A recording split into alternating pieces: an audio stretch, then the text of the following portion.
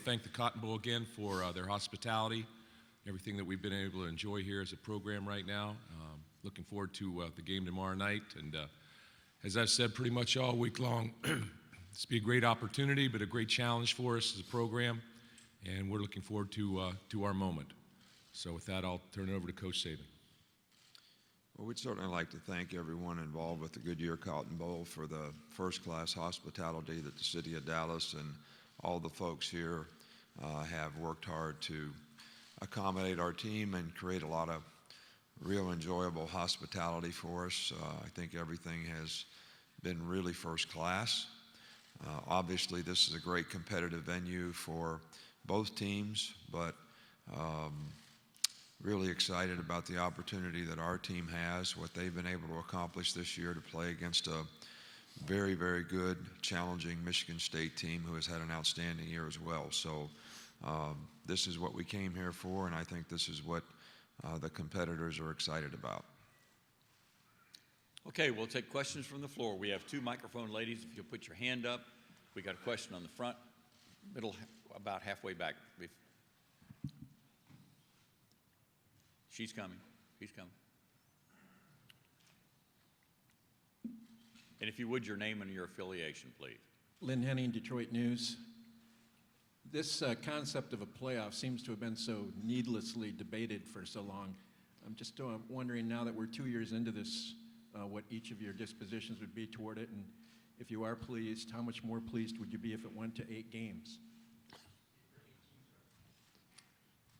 My feeling is, I think it's great for college football, the playoff. I think, having been in it now for the first time, 4 games is very difficult as you move through the process. I think when you start to throw 8 teams in there, I think it's going to get a little bit even more muddled as you move forward.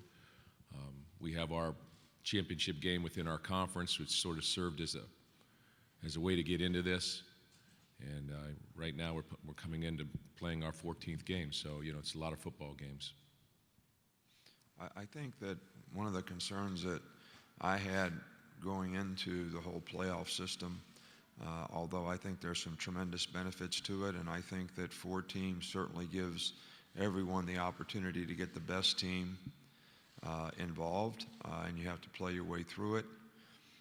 But one of the unique things about college football was always that a lot of positive reinforcement was given to a lot of teams who had the opportunity to go to bowl games.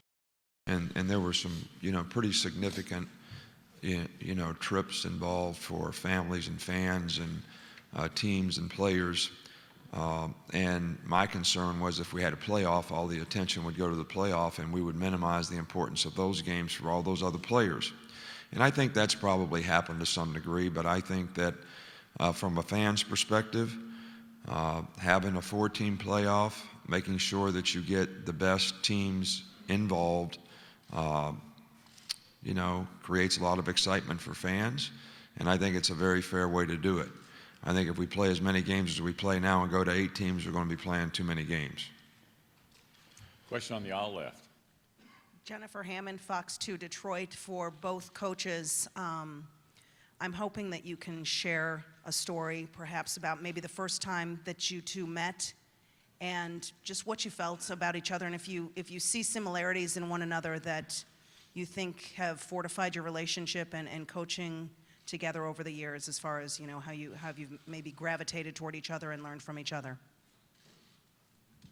That seems to be the ongoing story these days, huh, Coach?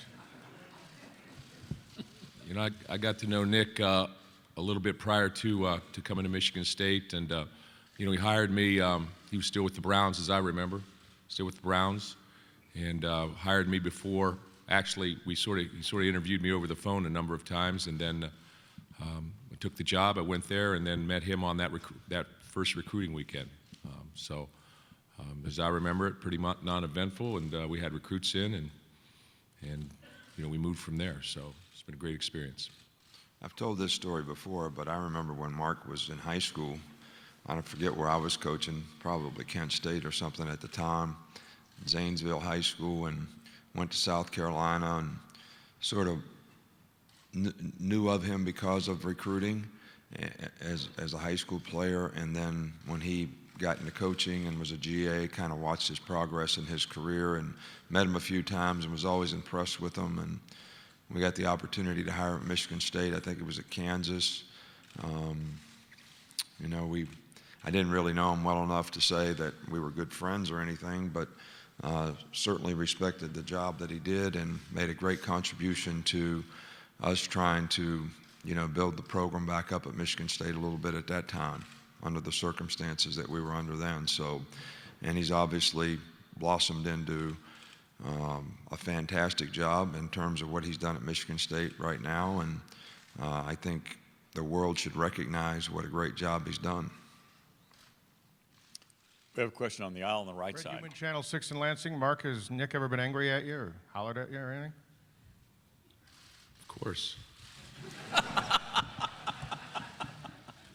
My assistants would say the same. So I think that's part of the job, you know. You're detail-oriented. You want things done the correct way, and there's a process. There's a process to everything, and that's the way of the game. You know, this is a high-pressure, high-stress environment that we're in, and things need to be run correctly, and they need to all go in the same direction. Day in town now, and a lot of more media are here now, and you're getting asked Yeah, a lot I of the see that. same questions. Are you getting tired at all of talking nice about each other? The fact is, you're trying to beat each other's brains in tomorrow. No, I don't think it has anything to do with that. I think, you know, you respect people for what they do, and you respect great competitors, and as a coach, you know what it takes, the hard work that it takes, the togetherness that it takes, the culture that you have to sort of establish to have a winning program. And when you play another winning program, you just have a lot of respect for that. There doesn't have to be any dislike or distrust or hatred or anything else. It's you respect competitors, and I think great competitors go do their best against each other, and you know, and you have the same respect when you come out the other end, regardless of what happens in the game.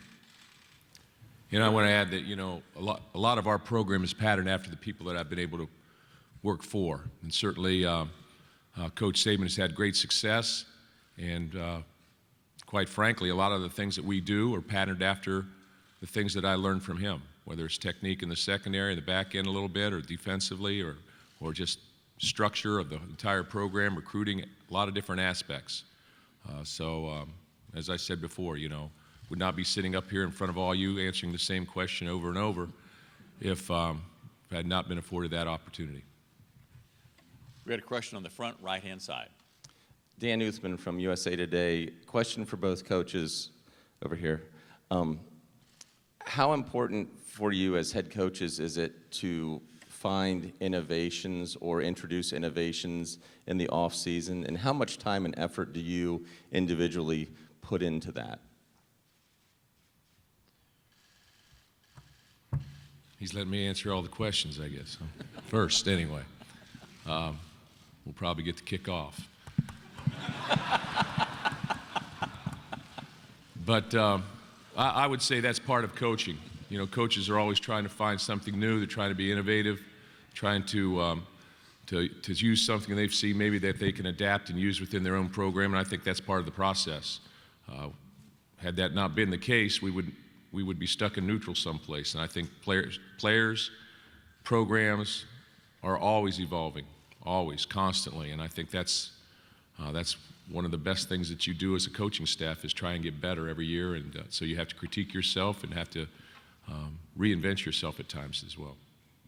I think that any business, I think they call it quality control, you sort of assess the things that you did well, the things that you need to improve, some area that may give you difficulty, and then you go into research mode to try to figure out, you know, how can we innovate, to use your term, something that will help us do these things better. So it's sort of all part of the process of what I think any successful organization tries to do in terms of evaluating where they are, what they need to do to improve. You also look at the landscape of, you know, the business world around you. You know, in college football, it's what other teams are doing. And there's something that they're doing that would be beneficial to what we do, and how would it complement us. So I think we're always trying to improve and get better. Another question on the front right-hand side. Hondo Carpenter from Spartan Nation. Mark, for you specifically, you talk about how things change and how you change. This is your first bowl game where there's a potential, obviously, of another game after. Has that affected this game, either mentally for your guys, how you approach it, anything different, knowing there's the possibility of another? Well, we've not tried to let that affect us. We've tried to deal with the present, and I think that's the best thing that we can do right now, and understand what we know, build on what we know, and go from there with it. So we've been successful in the last 4 bowl games, so we've tried to take that mindset as we've come into this. Obviously, this is a little bit bigger, and it's a little bit busier, I would say, as well. So we've got to take that into context and critique that as well. This whole thing will be critiqued, just as we've both talked about up here. So our goal is to always get better, and keep moving forward. We got a question on the platform all the way in the rear on the right-hand side. Right back here, guys. Tom Menino, WVTM TV. Mark, Jay Coker, Alabama's quarterback, said earlier this week Nick Saban is pretty hilarious. Would you agree with that statement? Yeah, I would. Well, any moments at all you can think of? My where players say the same thing about me. I mean, any stories you can recall at all about times you've had? No, we're talking about 15 years in the past. We'd have to sit down and talk for a while. But you're talking about 1995 when I was hired and worked for Coach, for Nick, until through the '99 season. So 5 years and 5 good years. 5 good years, 5 years with a lot of learning, a lot of different things. But I can't really come off with a hilarious story right now. and Nick, a little just tense time up here in front of all you. And Nick, how important is it to keep it loose with your players, especially during weeks like this where so much is on the line? For myself, Well, I think that the players basically need to stay focused on the things that have helped them be successful in the past. It doesn't start now. It started with the preparation for the game and how they invested their time in practice and what they needed to learn about the other team so that they have a chance to go out and execute and be successful. But I don't know that you try to keep players loose. I think there's an edge that you'd like for them to have that is going to give them the best opportunity to go out there and play for 60 minutes in the game the way that I'm sure they'd like to play and we'd like for them to play. We got a question on the second row on the left-hand side. Jack Ebling, the Team 92.1 FM. Nick, Mark's talked a lot about things he learned from you. Have you learned anything from him except maybe how to block a punt in the last 10 seconds? Well, I think that since we have not worked together for, I think he said 15 years, which I hadn't figured that out, but I think you learn a lot from anyone that you work with, especially when they're quality and do a good job. I think relationships are really important in any organization. I've always tried to have really good relationships with the people on our staff and the players in our organization and the people in our organization, and I always felt like I had a really good relationship with Mark, and I think that was helpful in, maybe us being able to work well together. So, and I learned things from everyone on our staff, so I think it's a part of how you evolve and improve. You're always looking for input from the people you work with. Question on the left-hand side, second row. Ryan Schuling, Team 92.1 in Lansing. For each coach, since your last meeting 5 years ago in a bowl game, how would you say your programs have evolved, changed, maybe are the same in some ways since that last time you met? well, 2010 is quite a while ago, but that was the first year that we had really, we started really moving in the right direction. And obviously, we had some room to grow after that football game. So, as always, I try and measure our progress by who we play against and how we come out at the end. I'm trying to define our football team at the end of the season, not at the beginning. So, we're going to see how far we've grown. But there was no question at that point in time that all of a sudden we got hit with a little bit of an avalanche, and our guys played hard, but we need to be better. Well, that team that we had that year, I think, was a very difficult team. I think sometimes when you win a national championship, the team that you have the next year sort of sometimes is a struggle to not have complacency. And I think that was probably true of that team. So in some ways, I felt like that team underachieved. But then they seemed to realize that and wanted to prove something, when we played in a bowl game, and probably played more the way they were capable of playing. But from my standpoint, what happened in that game will have nothing to do with this game, because none of the participants are the same, except maybe the coaches. But to me, Michigan State has really, really, grown as a program in a lot of ways. Quality of players, you can see that the system is embedded.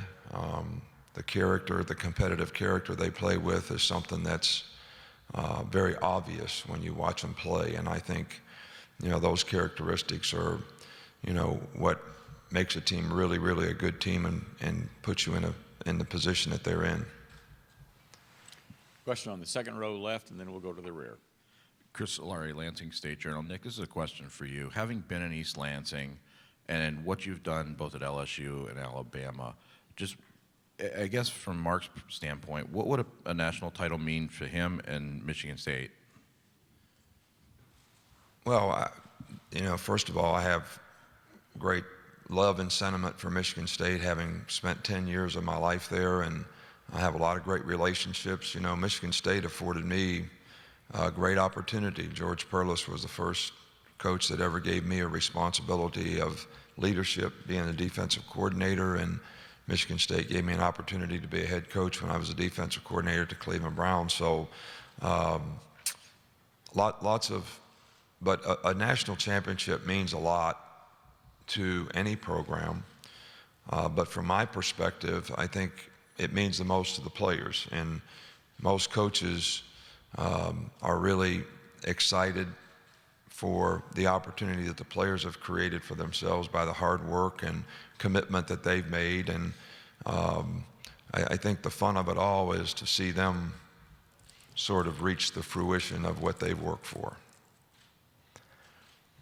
We got a question on the aisle all the way back on the right-hand side. Michael Casagrande, AL.com. Nick, for you, at what point before a game can you tell if a team has the right mental outlook, if they're ready to play? Is it locker room, pregame warm-ups? At what point can you tell, and what are you looking for in that moment? I don't really think I can't tell. I mean, maybe somebody can tell. I can't even tell that we're going to play for 60 minutes in the game once the game starts. I think you're always trying to focus on playing the next play and making sure your guys are staying focused and doing the best job you can to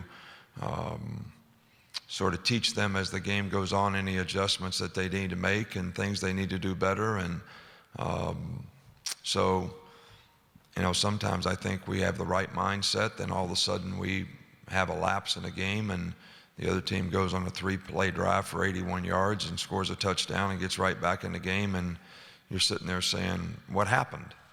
All right, so I don't think that you ever know for sure. I think you're always trying to work to make sure that you're keeping the right focus and mindset on your team as you play a game. We have a question on the left side, all the way in the rear. Put your hand up. So there you go. Back here, Coach. I know I'm short.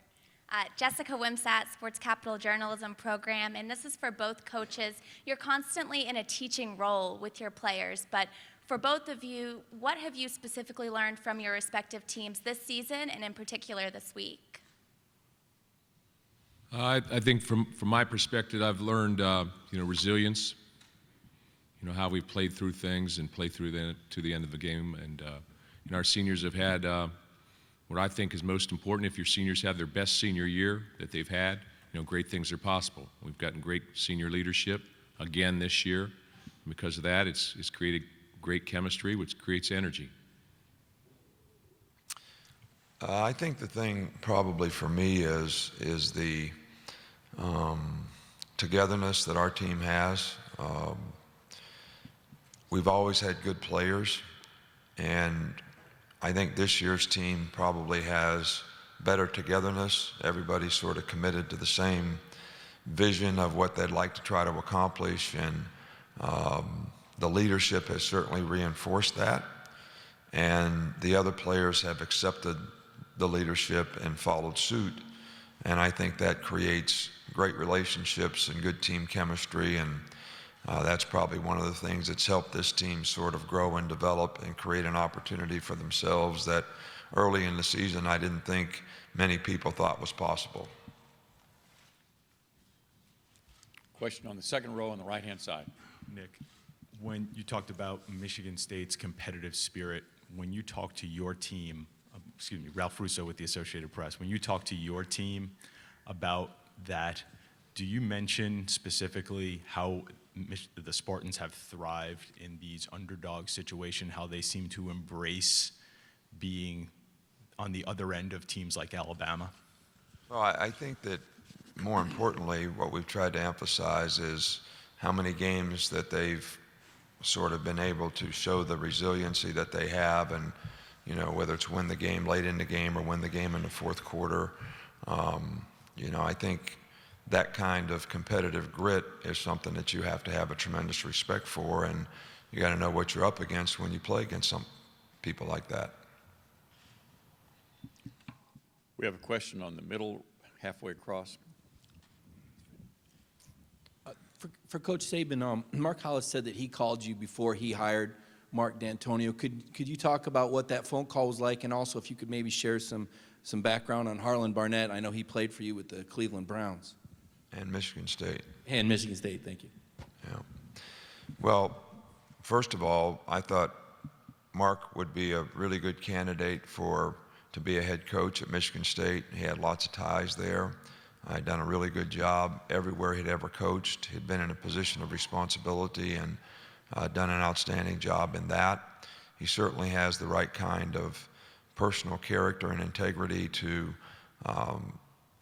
have the kind of leadership that I think is necessary to sustain a program with some kind of consistency and success because of the values and culture that you create. So that was my assessment of what I thought a good direction for Michigan State would be, and I would say that sitting across from Mark right now, he sure hadn't disappointed anybody. And Harlan Barnett has always been one of my favorites because he's a great competitor, really good person. And when you have an opportunity to coach a guy as a college player, and then later on he becomes a professional player and he plays for you, it's always a little bit different, the relationship you have with a guy like that. And certainly I have a tremendous amount of respect for Harlan, not just as a player, but now as a coach, and what a great person. We have a question on the third row on the left-hand side. Okay. Dwayne Rankin, Montgomery Advertiser. Question is for both coaches. Obviously, you guys have prepared nearly a month for the game. What stands out the most about either team? Well, when you look at Alabama, first of all, they have very, very good players. Secondly, they're extremely well coached. They play very disciplined. Due to some of the people I've worked for, I understand technique and et cetera. So, I watch their secondary, I watch their linebackers. Linebackers stay clean, downhill players, thumpers, big thumpers, great athletes as well. In their back end, they're very well coached, play on balance, very good tacklers in space, play the ball in the deep part of the field. When you look at them offensively, very cohesive offensive line. And you see structure, you see toughness, you see effort, you see knowledge of what they're supposed to do, which are three things that I've basically learned from a very early time in coaching with Nick that it has to happen if you're going to be successful. And you see that, and you see them playing at a very high level. And as I said earlier when my first statement, be a great challenge for us. Great opportunity to be here today, but it'll be a great challenge. We'll need to be at our best, play at our best, because our best is going to be needed here. Well, I think that Michigan State is a team that obviously is hard to beat. And I think they do the things that you need to do to be hard to beat. They don't turn the ball over. They have great balance on offense. The players do a great job of executing, and they're very well coached. You go to the other side, their system on defense is very sound and solid, and the players have a great understanding of it and do a great job of executing it. And they're well coached in the kicking game. So, you know, some teams are really, really flashy, and, you know, they go no huddle, fast pace, do all these things that create this mirage of, you know, big plays and space plays. And that's not necessarily the kind of team we're playing.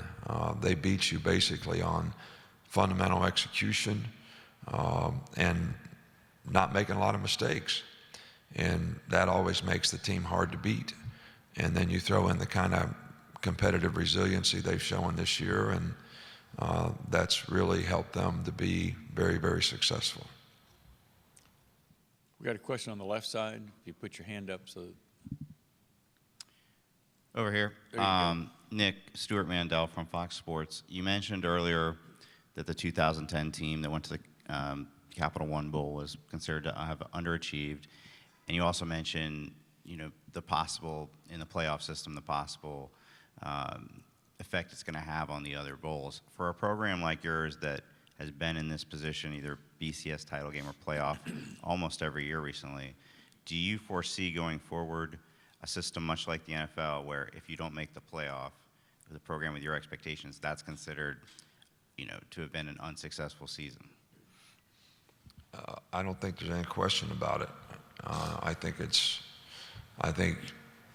in some circumstances I saw it happen this year.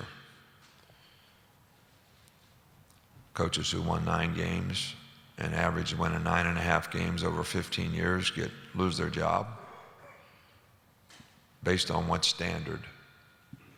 So I think that's probably going to be the standard, and that's the thing that I thought was unique about college football, that there was a lot of positive reinforcement for having a good season, a very good season, and now that standard is going to be measured more as to whether you get in the playoff or not.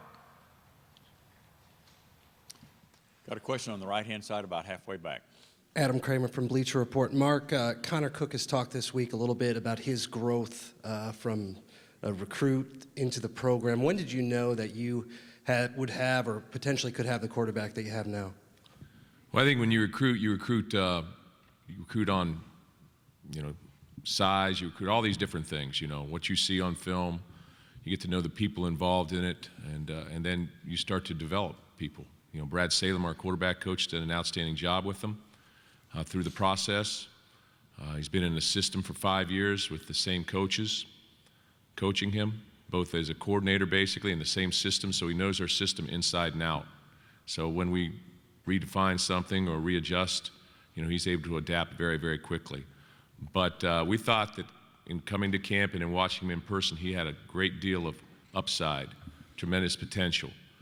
Knew he needed to grow, get a little bit bigger, those type of things. He's filled out, as most young people do.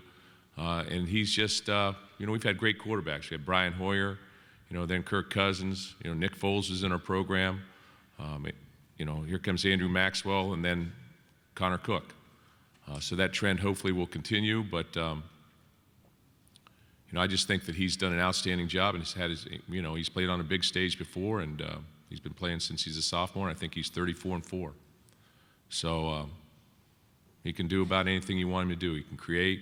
He's got a quick release, strong arm, those type of things, and he believes in his receivers. And he throws the ball in very tight windows, and he throws a very, very catchable football.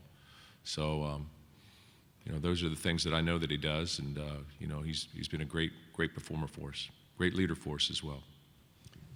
3/4 the way back on the left side. Nick, Ivan Mazel with ESPN.com. You've had teams that have played very well in bowls, and you've had teams that haven't. Is there an art to bridging that 3 or 4 week gap, and what have you learned through the years about how to do it? Well, I think creating the right mindset is probably the most important thing. Teams that have responded to the challenge of what they want to do and what they want to accomplish seem to do a little better in terms of their preparation, their practice. And some of the other teams you're always a little frustrated with in terms of how they're going about the preparation and maybe the respecting the moment of the challenge that they have. But I've been pleased so far with the way this team has sort of gone about it.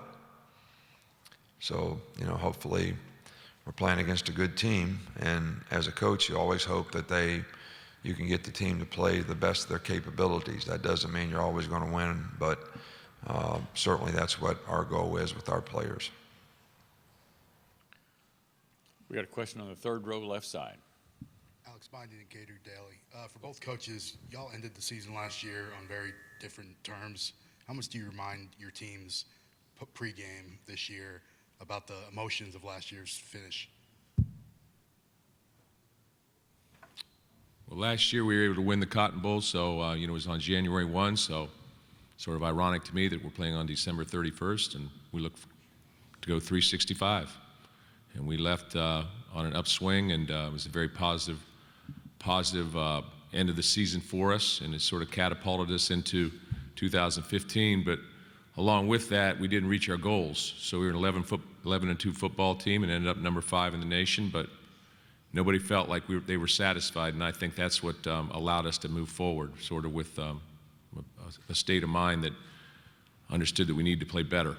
We needed to do better than we did, and we needed to play our best in big games, which I don't think happened last year on a consistent basis. Well, we were very disappointed in our playoff game a year ago. We played against a really good team who was playing really well at the time, and we don't ever want to take anything away from what they did. I thought they were one of the best teams in the country, which proved out to be the case, and then winning the national championship. And even though it was a very competitive, tough 7-point game, I felt like our team did not play the way you would like for them to play. And I think they felt the same way, very disappointed. And I think that probably was one of the catalysts for this year's teams sort of having something to prove. And so far, they've done the things that they need to do to be able to give themselves another opportunity to see how they could play in a playoff game. Question on the left, about halfway. There we go. Gentlemen, how do you feel about the New Year's Eve placement of these games, knowing that the audience is likely to be conflicted? And why shouldn't these games, as important as they are, be played at a time that would be more favorable to an audience nationally? Some things you can control and some things you can't. It doesn't make any difference when we're playing, as far as I'm concerned. We're playing at 7 o'clock tomorrow night, and that's the focus. So I'm more concerned about the people on the sideline and how they're viewing it. I don't really have a comment about that. It's not my concern. I don't have any control over it. We have a good opportunity. I never even thought of it that way. So we have a lot of good people in administrative positions that can make those kind of decisions, and when they make them, we're just happy to be involved in them. To follow up there, Nick, shouldn't games of this consequence and this importance on the national stage be scheduled at a point where the audience could benefit from it most? Well, I think if they're interested, they'll benefit from it. I mean, they'll have time to do everything they want to do. They can watch the game and then they can go do whatever they want to do. So I don't know why they're conflicted, but that's everybody's choice. I mean, I think that's why we have a great country.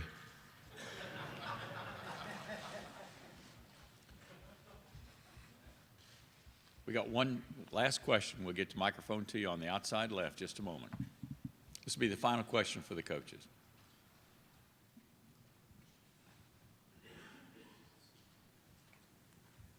Thanks. Cecil Hurt, Tuscaloosa News. Coach Saban, I think with the Coach Spurrier out of the game, Coach Beamer out of the game, I think suddenly you're the winningest coach in college football. Do you consider yourself an elder statesman? And has your role changed in terms of college football in general and the issues you consider? No, I didn't realize any of those things until you mentioned it, so that would just show you the level of awareness that I have of these types of things, especially when, you know, you're sort of focused on your team and wanting to do a good job for your team, and I don't see it being any different. We have enough challenges trying to help develop the players that we have, recruit, you know, good players for the future, keep everybody in our organization sort of paying attention to the principles and values that have helped the organization be successful in the past. And, you know, that's challenging enough for me without getting involved in things that I really can't control. I do have an interest in what is best for college football. And I think all of us as coaches probably feel the same way. And if there was something that we could do for the benefit of the game and the player, I think that we would definitely be involved in that to whatever degree we could to help the quality and integrity of our game. Okay, we're going